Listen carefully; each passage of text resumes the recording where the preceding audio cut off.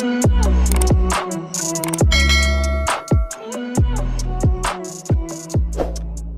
guys, welcome back to the channel. It's your boy Dash. I'm here with a new video for you guys today. If you guys are new to the channel, do not forget to click that subscribe button so you guys don't miss no new videos that I post. Today's video, Benny Johnston just posted, Trump just used my tweet to announce his vice presidential pick. Without further ado guys, we're going to hop into this video. Original link to this video will be in my description box, so guys make sure you go check it out. Go check Benny out as well. It's really nice guys, and let's hop right into this video. Most definitely. Chris, I need to talk to you real quick. That wasn't the girl I wanted to give it to. I froze and forgot. Our apologies for making you wait tonight. I accidentally called out the wrong name. I'm very embarrassed to tell you this. Thank you. Okay. Thank you so much. When you're ready. What's up, guys? Boy, Benny. We often say that the VP stakes for Donald Trump's campaign is very much like The Apprentice, but little did we know when we started to make that comparison that we were dead on, and that Donald Trump would start using our content in the VP stakes. Here we go, getting ahead of myself. What did we see this weekend? We saw this weekend at Mar-a-Lago a unified Republican Party. Okay, you see Michael Whatley here. He's the new GOP chairman for the Republican Party. We saw a unified Republican Party on stage. Now, you might hate that, okay? I don't like Speaker Mike Johnson at all. For some of these people, I don't really like that much. But I got to tell you, this is like every wing of the Republican Party presented on stage. Now, you see Vivek standing right behind Trump, J.D. Vance, Tim Scott. You can see Doug Burgum here, along with Byron Donalds, Elise Stefanik, and Marco Rubio was there. He must not have been on stage for this photograph. This looks like a bunch of members of the House. Right. Well, we have a senator. I guess you have two or three senators there. So, and then Mike Lee with his brand new bald haircut. Anyway, you have more than 5 of the VP contenders here on stage with Trump. And this was the photo that Michael Whatley put up and said, hey, thank you, President Trump, for hosting the RNC at Mar-a-Lago. The Republican Party is unified to win big on November 5th. Okay, so it's good to a lot of people calling for unity. I think it's very smart politically. And obviously, there should be unity in the Republican Party. I mean, we're 6 months away from a presidential election. And, well, we're fighting demonic Marxists. And so, you know, you should like, the enemy of my enemy is my friend sort of thing, right? We'll do the infighting after we win. Little did we know that when we tweeted, is Donald Trump's VP pick on stage, that Donald Trump would post it. Look at this. So Donald Trump on Truth Social, here's the original post. Donald Trump screenshotted our tweet and then popped it up on Truth Social, saying, is Donald Trump's VP on stage? Question mark, question mark, question mark. Trump with no comment, but is effectively saying, yes, presumably the vice president is on stage here. Well, well, well, here we go, ladies and gentlemen. Now we are part of the Veep stakes. So there are some really interesting reports out from Mar-a-Lago.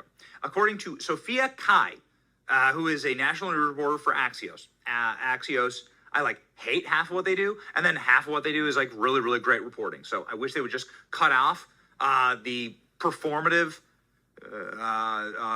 activist class, leftist garbage, and just do straight reporting. This is straight reporting, and it's really good, actually.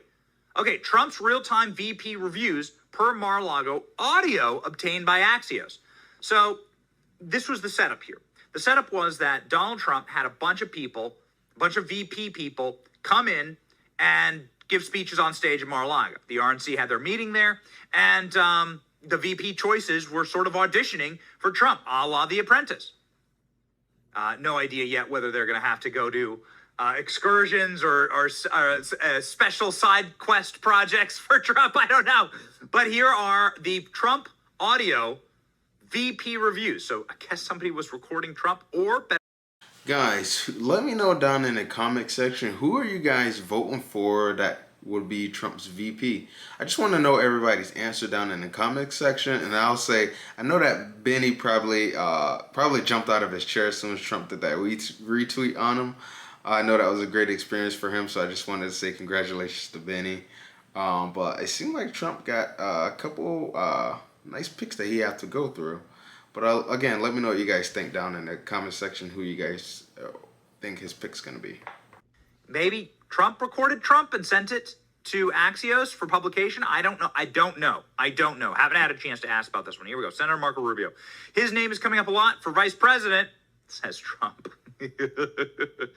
Senator Tim Scott. As a candidate, he did a good job, but as a surrogate, he's unbelievable. Okay. This is really important. Obviously, you need somebody to be able to make Trump's message alongside of Trump, right? Something that Mike Pence was so terrible at. Senator J.D. Vance. He wasn't a supporter of mine at the very beginning. Anyway, I got to know him a little bit. As a non-politician, he's become one of the greatest senators. Mike Lee, I love your haircut, and is a good man too. Mike Lee is good. He went Mr. Clean. He went full bald. So Marsha Blackburn, when she ran in 2018, she was like the Energizer Bunny. She would go from stop to stop to stop. Doug Burgum, I didn't know this. He was a supporter of mine. 2 campaigns. He's a very rich man. Okay. Christy Noem, somebody that I love. She's been with me, a supporter of mine, and been a supporter of hers for a long time. Elise Stefanik, very smart person. She's upstate New York. When I met her, little did I know she'd be such a big factor. Rep. Byron Donalds, somebody who's created something very special politically. I like diversity. Diversité, as you would say. I like diversité. Worth millions of dollars. All want a piece of Byron. Okay. Well, there you go. I mean, is Byron Donalds worth millions of dollars? I don't know. I'm not sure. I don't know. Never asked. Obviously, he's been a friend of the show. Wesley Hunt, another friend of mine, makes best commercials. Beautiful family. There you go. Rep. Michael Waltz, a man who knows more about the military. When I want to know about the military, I call him. The one that really stands out here is Marco Rubio, where Donald Trump just straight up says vice president. The term vice president. This is the response to Marco Rubio. And a lot of people have been saying that Trump is eyeing Marco Rubio as the VP pick. And a lot of people are obviously pointing to the fact that Donald Trump is already winning by a pretty wide margin here against Joe Biden. And if you want to blow Joe Biden out of the water, if you want a landslide, then you pick a sort of consensus candidate like Marco Rubio, right? Many people are, many people in the reporting class are writing that Marco Rubio and J.D. Vance, but Marco Rubio would likely be the favorite, but has a constitutional residency issue, meaning that the president and the vice president can't be from the same state. So how do you get around that? Marco Rubio was asked this weekend. Spending time with President Trump, everyone says you're on his VP shortlist, but that there may be a technical glitch with having 2 people from the same state when it comes down to an electoral college vote. Would you leave the state of Florida or change your residency if you were asked to join the ticket?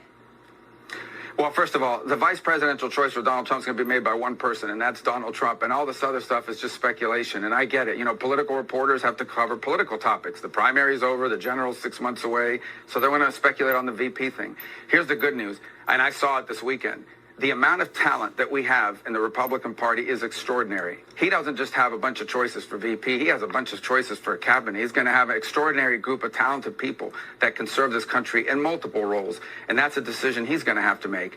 And I would just say, forget leaving me aside for a moment. I think that before anyone decides to move from their state, you better make sure you move to a state where there's not some DA that makes a career after going after Republicans. Because what we're seeing all over the country right now is the weaponization of our criminal justice system. Not just to go after Donald Trump, which is now well documented, right? You have a Biden supporting judge, a Biden prosecutor in the most liberal county in America on ridiculous charges. And the rest of the world is watching that saying, this is the stuff that America used to sanction other countries for doing. Okay. Well, it's happening here in America. But I think that that's something that we need to be focused on, because I do think that has an impact on people's thinking about getting into politics. So listen, this is very interesting. Marco Rubio giving the non-answer answer there. The non-answer answer after multiple news reports, including Bloomberg, said he's on the finalist 4 list. The final 4, Marco Rubio, Doug Burgum, Tim Scott, and J.D. Vance. J.D. Vance asked about that final list. Being vetted? Are you having conversations about joining the ticket? I talked to President Trump a lot. We're very close. I've never spoken to him about being vice president, so I assume that a lot of this is media speculation. Of course, if he asked me, I'd have to think seriously about it, because I think it's really important that he win. The world is on fire, and I sort of see Donald Trump as a bit of a fireman. Okay. Thanks so much. He's such a sharp dude. All right. So Tim Scott went on corporate media, went on MSNBC, NBC, and got the same question. It was a great interview all around, but here we go. Donald Trump. But just to be very clear, it didn't come up at all? Do you think you're on the short list? No, ma'am, it did not come up. African American unemployment rate is 6.4 today. But what about being There's no VP? doubt What about that, being President no. Trump's VP?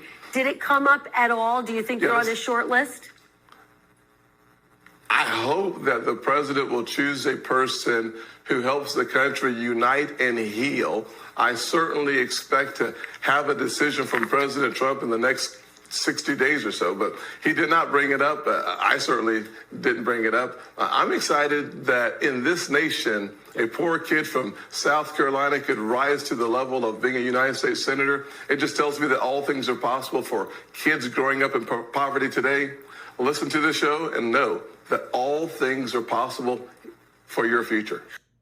So this was the article that was being referred to here. Trump auditioned VP pick before wealthy donors. Vance, Rubio, Burgum, and Scott are the leading contenders. Trump says he will announce a running mate in July. So we still have a few months before we get probably a pick. What does Donald Trump have to say about this reporting? My favorite for what?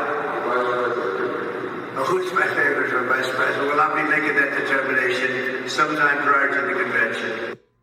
Yeah, so Donald Trump, everyone's staying very tight-lipped, and everyone is demurring. Every candidate is saying, oh, hold on.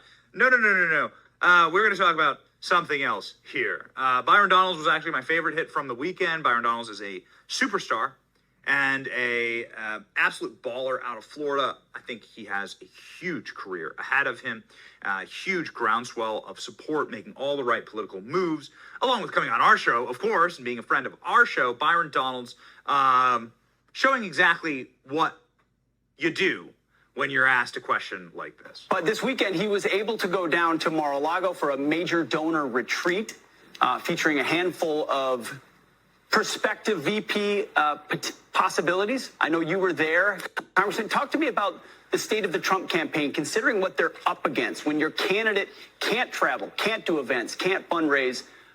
Still looks like a very strong showing. What'd you see? I think that is completely, I don't want to go out of context.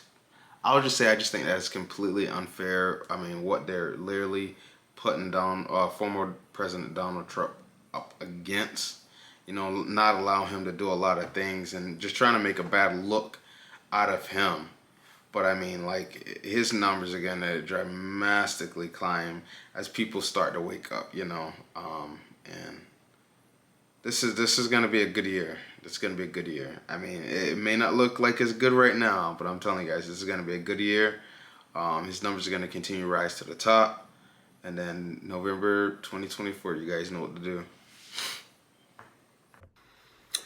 Well, first, the campaign is in great shape. The president is in great spirits, even though he's having to deal with these crazy Biden trials that have all been pulled together by Joe Biden and the crazy Democratic left. But look, you got to understand a couple of things. Donald Trump is not gonna wither under these attacks. It's only gonna make him stronger. And the polling demonstrates this. We're now leading in all of the battleground states because the people are seeing that Donald Trump has the strength to stand against the radical left, and America remembers what his presidency was all about.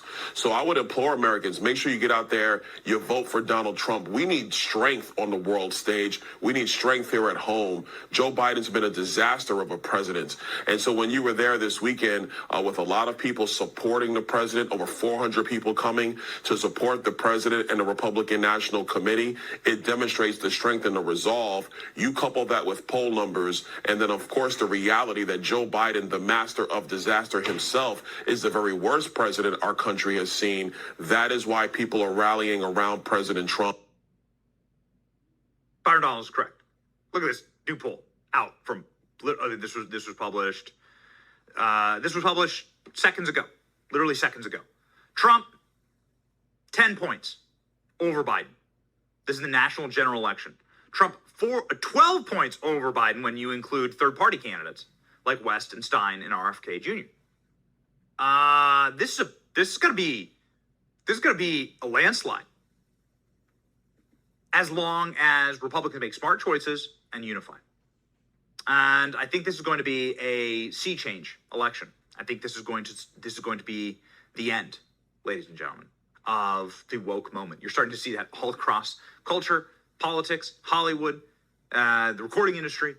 Everyone is kind of done. Everyone's kind of sick of it. Everyone's had like a good solid dose of wokeness, and they're saying this is it. We're finished with this garbage. Donald Trump using our tweets to project who he will be nominating as VP.